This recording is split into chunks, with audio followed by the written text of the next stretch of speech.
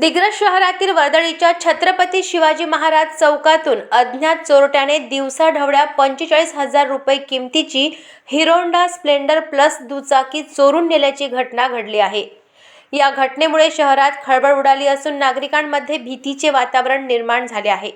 मिळालेल्या माहितीनुसार दुचाकीचा क्रमांक MH37 CS 1653 असून ही दुचाकी विदुर अशोक जाधव यांची आहे। त्यांनी दिग्रस पोलीस ठाण्यात तक्रार दाखल केली असून पोलिसांनी अज्ञात चोरट्यांविरुद्ध गुन्हा नोंदविला आहे। भर चौकात आणि वर्दळीच्या ठिकाणी झालेल्या या चोरीच्या घटनेमुळे शहरातील कायदा व सुव्यवस्थेवर प्रश्न उपस्थित होत आहेत।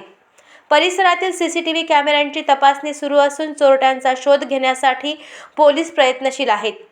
अलीकडील काळात दुचाकी चोरीच्या घटनांमध्ये वाढ होत असल्याने नागरिकांनी आपल्या वाहनांची काळजी घ्यावी, तसेच संशयास्पद हालचाली दिसल्यास तात्काळ पोलिसांना माहिती द्यावी असे आवाहन पोलिसांकडून करण्यात आले आहे। अशाच महत्त्वपूर्ण बातम्यांच्या अपडेटसाठी अजिंक्य भारत न्यूजच्या पेजला फॉलो करा आणि सबस्क्राइब करा।